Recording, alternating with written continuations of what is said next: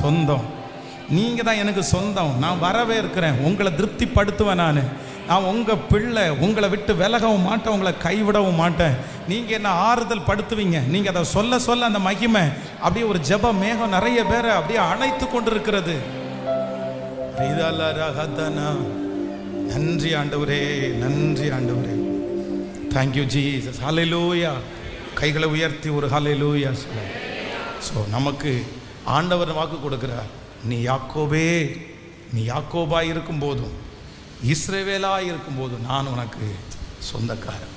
அதனால தான் எல்லாவற்றையும் சம்பாதித்து கொண்டு வழியிலே வரும்போது ஆண்டவரை பார்த்து அவர் என்ன சொல்கிறார் அப்படின்னு சொன்னால், இல்லை இதுக்கு மேலே நான் உங்களை விடுறது மாதிரி இல்லை ஆண்டவரே. இதுக்கு மேலே என் மாமனாருக்காக நான் எவ்வளோ, எங்கள் மாமா எனக்கு ரொம்ப சொந்தமாக இருந்தார், விட்டுட்டேன். ஆனால் அவங்க இப்போ நிரந்தரம் இல்லைன்னு எனக்கு தெரியும். எனக்கு இப்போ யார் இருக்கான்னா நீங்கள் தான் இருக்கிறீங்க.